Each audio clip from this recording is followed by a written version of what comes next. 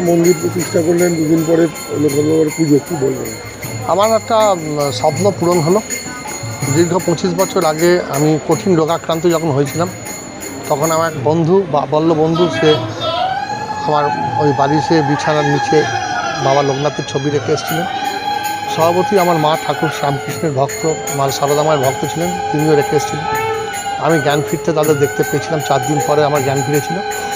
সেদিন থেকেই আমি বাড়িতে লোকনাথ বাবার পূজা শুরু করি। ঠাকুরমা স্বামীজির পূজা হয়, আপনারা জানেন প্রত্যেক বছর এখানে অত্যন্ত ঘটা করে বলতে পারেন বা সকলকে নিমন্ত্রণ করে আমি লোকনাথ বাবার তিরোধান দিবসে একটা উৎসব করি। আপনারাও প্রত্যেক বছর আমন্ত্রিত হন। তাই এরপরে বাবার আমি একবার স্বপ্নাদিষ্ট হয়েছিলাম যে বাবা আমার একটি আমাদের পিতৃকুলের আম বাগান ছিল। সেই আম বাগানে ছোটোবেলায় প্রচুর খেলাধুলা আমরা করেছি। আমার বহু বন্ধু বান্ধব তারা এসছেন আজকে, এবং তারা সেই সময় ছোটোবেলায় এখানে খেলতাম। বিভিন্ন সময় গাছের জামরুল গাছ, আম গাছ, বিভিন্ন কাঁঠাল গাছ, ছোটোবেলাটা এখানে কেটেছে। তারপরে স্বপ্নাদিষ্ট হয়ে দেখতে পাই যে একদিন স্বপ্নে যে এখানে একজন বৃদ্ধ লোক কমণ্ডলু নিয়ে এই বাগানে ঘুরছেন, ঘুরছে কোনো একটা জায়গায় বসতে চাইছেন বা বসে তিনি এখানে অধিষ্ঠিত হতে চাইছেন।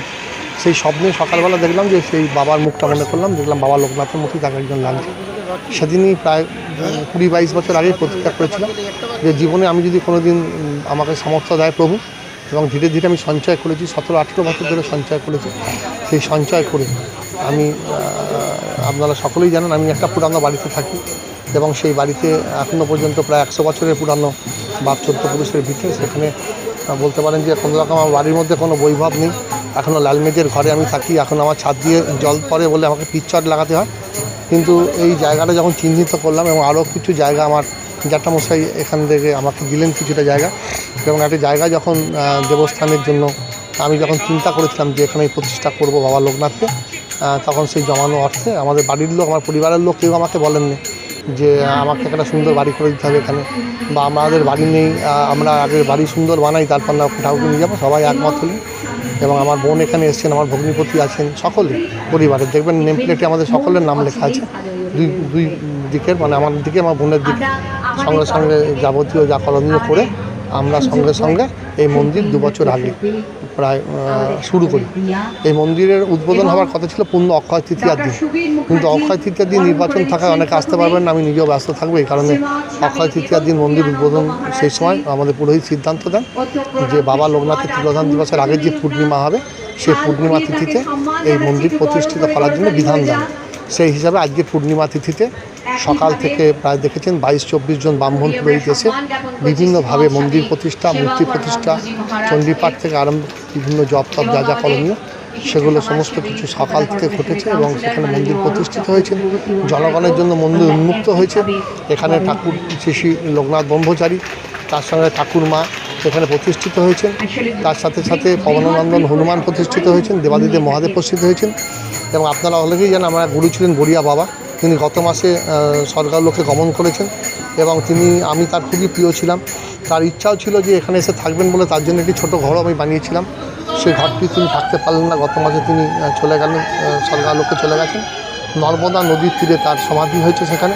আমি কিছুদিন আগে নর্মদা গিয়েছিলাম, আহমেদাবাদ থেকে 4 ঘন্টার রাস্তা। ওখানে আমার যশু ভাই আরেকজন গুরু ভাই আছেন, সেই গুরু ভাইয়ের আশ্রমে থেকে সকালবেলা নর্মদার তীরে বাবাকে সমাধিতে পূজা দিয়ে সেখান থেকে পবিত্র মাটি নিয়ে এসেছি। সেই মাটিও আমি এখানে রেখেছি, এবং সেই মৃত্তিকার সঙ্গে সেখানে একটি কালো শিব প্রতিষ্ঠিত হয়েছেন, এবং সেখানে নিত্য আমার বড়িয়া বাবা পূজিত হবেন।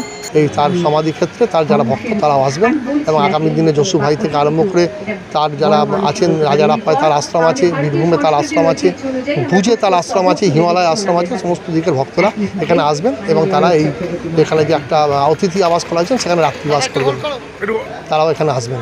এই মন্দিরে নর্মালি আশেপাশের মানুষ, সাধারণ মানুষ পুজো দিতে আসবে?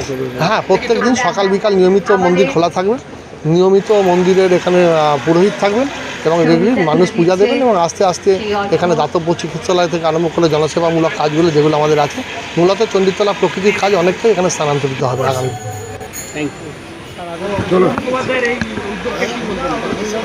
আজকে বাবা লোকনাথ ব্রহ্মচারীর শুধু মন্দির প্রতিষ্ঠা নয়, মূর্তির প্রাণ প্রতিষ্ঠা হলো। কারণ আপনারা জানেন আগামী বুধবার 19 জ্যৈষ্ঠ বাবার তিরোধান দিবস। সেই উপলক্ষে এই মন্দির জনগণের স্বার্থে উন্মুক্ত হলো।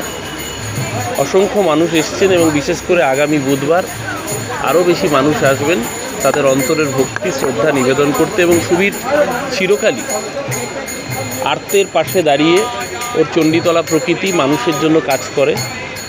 অসংখ্য ছাত্রছাত্রী তাদের জীবনে চলার পথে এগিয়ে যাওয়ার অনুপ্রেরণা ওর এই সংস্থা।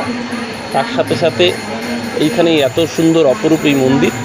আমার দৃঢ় বিশ্বাস আগামী দিন এই অঞ্চলের মানুষের, এখানকার নিষ্ঠাবান ভক্তিবান মানুষের তাদের মনের চাহিদা এই মন্দির পূরণ করবে।